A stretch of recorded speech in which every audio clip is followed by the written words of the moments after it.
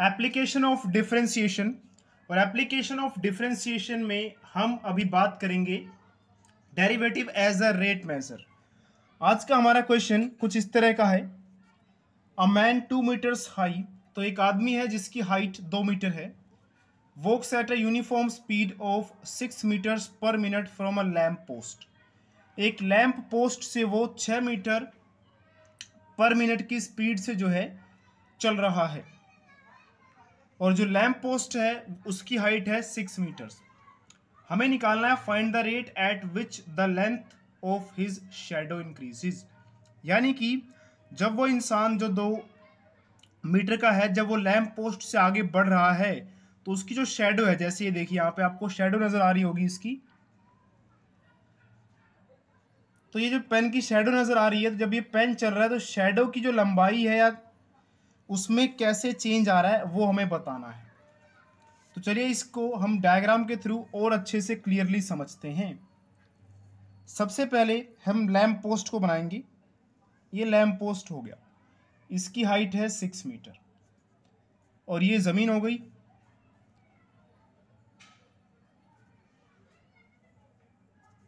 और ये वो हमारा मैन हो गया जिसकी हाइट है 2 मीटर।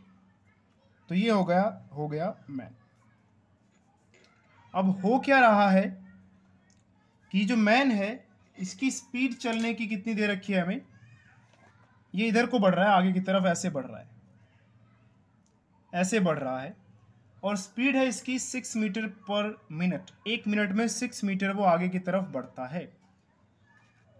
अब इस लैम्प पोस्ट से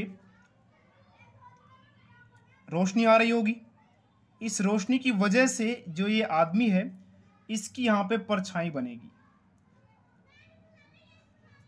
तो ये रही इसकी परछाई, ये शैडो है।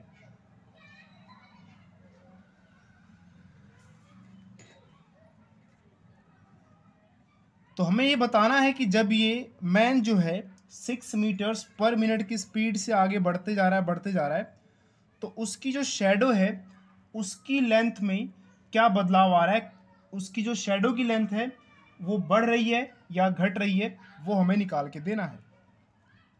तो इसके लिए हम शैडो की लेंथ को मान लेते हैं कि अभी फिलहाल कितनी है, x है। यहाँ से यहाँ तक कितनी है, x, और इसको मान लेते हैं y। और ये हमारा डायग्राम हो गया कंप्लीट। इसका नाम रख देते हैं पॉइंट का A, और ये पॉइंट B, ये पॉइंट C, ये पॉइंट D, और ये पॉइंट E। ये हमारे पास कुछ पॉइंट्स आ गए। अब जब भी आपके पास ऐसे शैडो वाला क्वेश्चन आए तो आपको ये बात ध्यान रखनी है कि जो ये बड़ी ट्राइंगल है ABD, ट्राइंगल ABD वो सिमिलर होगी इस छोटी वाली ट्राइंगल के, ट्राइंगल ECD के। अब आपको यहाँ पे सिमिलर प्रूव नहीं करना है कि सिमिलर क्यों होगी, ये सिमिलर का निशान है। बस आपको याद रखना है जब भी शैडो वाला क्वेश्चन आए तो ये सिमिलर होगी ही दोनों ट्राइंगल्स, और क्यों होंगी वो मैं आपको बता भी देता हूँ। ये जो बड़ी वाली ट्राइंगल और ये छोटी वाली ट्राइंगल, इनका ये वाला एंगल D दोनों का सेम है, और जो एंगल C छोटी वाली ट्राइंगल का और एंगल B बड़ी वाली ट्राइंगल का, ये भी इक्वल है।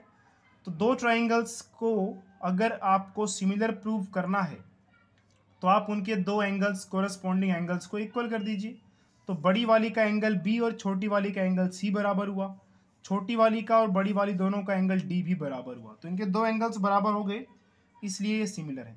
चलिए सिमिलर को छोड़ते हैं, आगे बढ़ते हैं।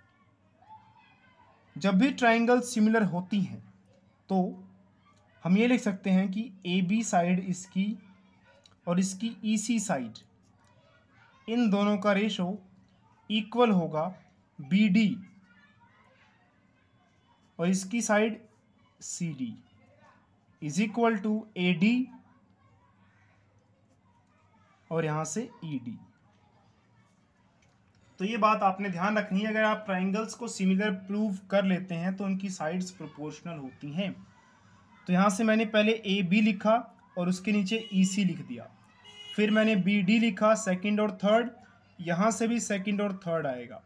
फिर मैंने AD लिखा और ED, या कोरस्पॉन्डिंग साइड ऐसे भी याद रखिए, इसकी AB तो इसकी EC, और इसकी AB के बाद इसकी BD तो इसकी छोटी वाली है CD, और बड़ी वाले की अगर हम बात करें तो AD और छोटी वाले की ED।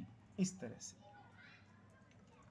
हमें देखिए मतलब किससे है, हमें ये x चाहिए, dx/dt चाहिए। अब AB हमें दे रखा है, EC हमें दे रखा है, और हमें चाहिए क्या, CD। तो AB CD EC, AB CD EC, पहले दो वाले से हमें काम है, तीसरी से काम नहीं है, इसको हटा देंगे। तो हम लिखेंगे AB upon EC is equal to BD upon CD। अब हमें क्या क्या वैल्यूज पता है वो भी देख लेते हैं। AB की वैल्यू कितनी है, AB की वैल्यू 6 मीटर है, EC की वैल्यू 2 मीटर्स है, BD की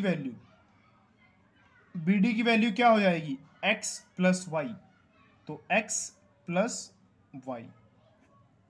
CD की वैल्यू हो गई x। यहां मीटर से मीटर आप कैंसिल कर दीजिए, और 2 1 जा 2, 2 3 जा 6, तो 3 is equal to x plus y upon में x। इसके बाद इस x को यहाँ पे शिफ्ट कर दीजिए ऊपर, ये डिवाइड में यहाँ जाके मल्टीप्लाई में हो जाएगा। तो 3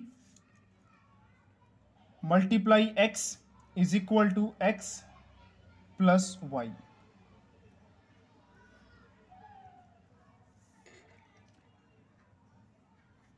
तो हमने कर लिया अभी तक 3x is equal to x plus Y.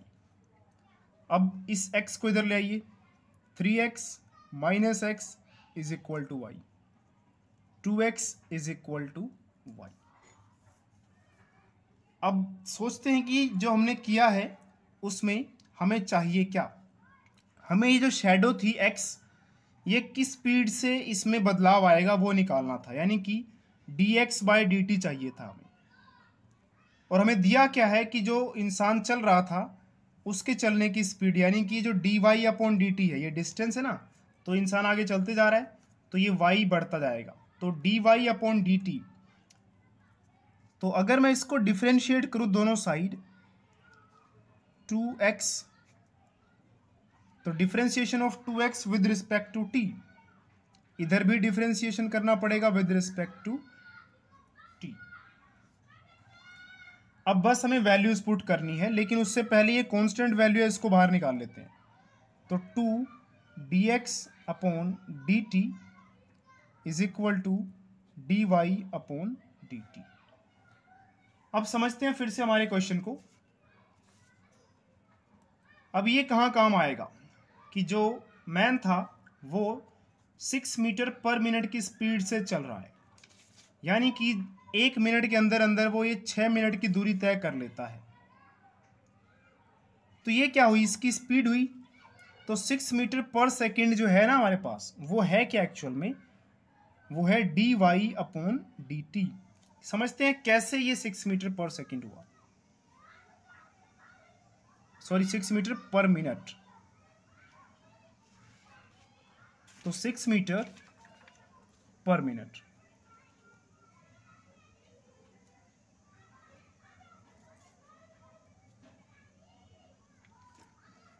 देखिए मैन इधर चल रहा है ऐसे, तो 1 मिनट के अंदर y कितना हो जा रहा है, 6 मीटर हो जा रहा है ना।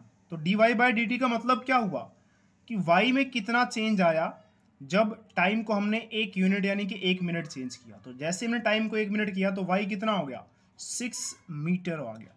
ये तो हमें दिया हुआ है कि जब मैन आगे बढ़ रहा है तो 1 मिनट में वो 6 मीटर की दूरी तय कर ले रहा है। तो इसलिए ये dy/dt है, क्योंकि y यही वाला डिस्टेंस है जो आगे वो बढ़ते जा रहा है कि 1 मिनट में वो 6 मिनट की दूरी तय करता है। तो dy/dt की वैल्यू यहाँ भर दी जाएगी 6 मीटर पर मिनट